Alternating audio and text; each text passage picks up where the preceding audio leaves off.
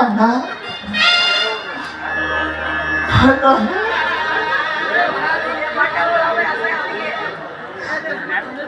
ಹೇಳುವುದು ಸತ್ಯವಿದೆ ಅಣ್ಣ. ಅಣ್ಣ ನಾನು ಭಿಕ್ಷುಕ ಅಲ್ಲ, ನಾನು ಭಿಕ್ಷುಕ ಅಲ್ಲ. ನನ್ನ ತಾಯಿಯ ಮತ್ಸರದ ಬೇಗೆಯಲ್ಲಿ ಬೆಂದು ಹೊಟ್ಟೆಗೆ ಅರ್ಥವಿಲ್ಲದೆ ಈ ರೀತಿ ಭಿಕ್ಷೆ ಬೇಡುತ್ತಿತ್ತ ಇದ್ದೀರಣ್ಣ.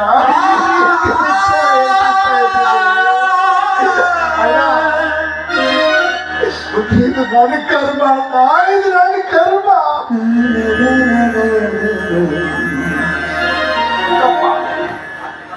ಸಾಕಪ್ಪ, ಏನು ಹೇಳುವುದು ಸಾಕು. ಇದು ಕೇಳಿಕೋ ನನ್ನ ಊಟವನ್ನು.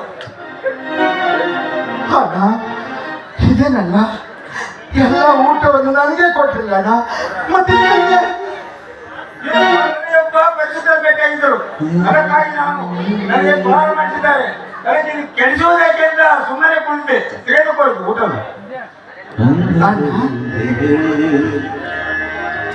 ಅಣ್ಣ ಇದೇನಲ್ಲ, ಬರೇ ಇದರಲ್ಲಿ ಕಟ್ಟಿ ರೊಟ್ಟಿ ಕಾಪುಡಿ ಇದೆ ಅಣ್ಣ. ಹೊಟ್ಟೆಯಲ್ಲಿ ಗಂಟಿರೋದು. ಅಣ್ಣ ಗಂಟಿರುವುದು ಅಂತ ಹೇಳ್ತೀರಿ, ಇಂಥ ಊಟ ನೀವು ಹೇಗೆ ಊಟ ಮಾಡ್ತೀರ? ನೋಡಪ್ಪ, ನನಗೆ ಡಾಕ್ಟರ್ ಕೆಲವು ಪತ್ತೆ ಮಾಡಿದ್ದಾರೆ, ಪತ್ತೆ ಹೇಳಿದ್ದಾರೆ. ಅದಕ್ಕಾಗಿ ಅಷ್ಟೇ ಕಟ್ಟಿಕೊಳ್ಳೋದು ನಾವು. ಅಣ್ಣ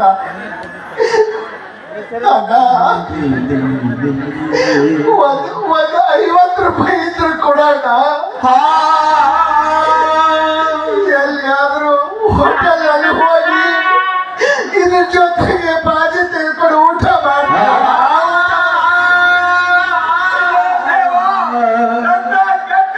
ಪಾಲಿಲ್ಲದು ಹಾಕಿಕೊಂಡು ಬರಬೇಕು. ಹಣವೆಲ್ಲ ಜೇಬಿನಲ್ಲಿ ಇರುವುದು. ಒಟ್ಟಿನಲ್ಲಿ ನನಗೆ ಹೇಗೆ ಸಮಾಧಾನ ಮಾಡಬೇಕು ಮೊದಲೇ ನನಗೆ ತಿಳಿಯಲಾಗಿದೆ. ಹೋಗ್ಲಿ ಬಿಡೋಣ, ಹೋಗ್ಲಿ ಬಿಡಿ. ನೀವ್ಯಾಕೆ ಮನ್ಸಿಗೆ ಬೇಜಾರು ಮಾಡ್ಕೊತೀರಿ? ಇದೆಲ್ಲ ನನ್ನ ಹಣೆ ಬರಲ್ಲ, ನನ್ನ ಹಣೆ ಬರ. ಯಾಕಂದ್ರೆ ನನ್ನ ತಂದೆ ತನ್ನ ಆಸೆಗೋಸ್ಕರ, ತನ್ನ ಸುಖಕ್ಕೋಸ್ಕರ ಮಲತಾಯಿಯನ್ನು ತೆಗೆದುಕೊಂಡು ಬಂದು ನನ್ನಲ್ಲಿ ರೀತಿ ತಿರುಗಿ ತಿರುಗಿ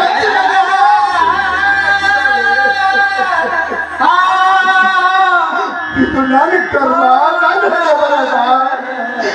ನೀವು ಸಮಾಧಾನವಾಗಿರಿ. ಗೊತ್ತಪ್ಪ, ಹಾಗೆಲ್ಲ ತಂದೆಯನ್ನು ಅಲ್ಲಗಳೆದು ಮೆನಕರಕ್ಕೆ ಕಲಂಕ ತರಬಾರದು. ನೋಡಪ್ಪ, ಈ ಜಗದೀಶನ ಜಗತ್ತಿನಲ್ಲಿ ತಾಯಿ ಇದ್ದವರು ಇರೋರು, ತಾಯಿ ಇಲ್ಲದವರು ಇರೋರು, ಮಲತಾಯಿ ಇದ್ದವರು. ಅಣ್ಣ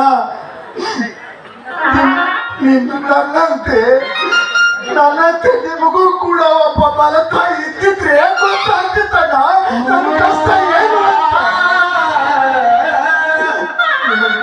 ನಿಮಗೆ ಮಲತಾಯಿ ಇಲ್ಲಲ್ಲ, ಹೋಗ್ಬಿಡಿ. ನನ್ನ ಕಡೆ ಬರ್ತಕೊಂಡು ನೀವೇನ್ ಮಾಡ್ತೀರಾ?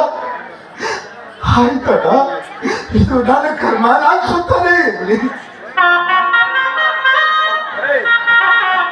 ನೋಡಪ್ಪ, ಈ ಜಗದೀಶನ ಜಗತ್ತಿನಲ್ಲಿ ತಾಯಿ ಇದ್ದವರು ಇರೋರು, ಇಲ್ಲದವರು, ಮಲತಾಯಿ ಇದ್ದವರು ಇರೋರು, ಇದು ಎಷ್ಟೋ ವಿಚಿತ್ರ ಪ್ರಪಂಚಗಳಿರು.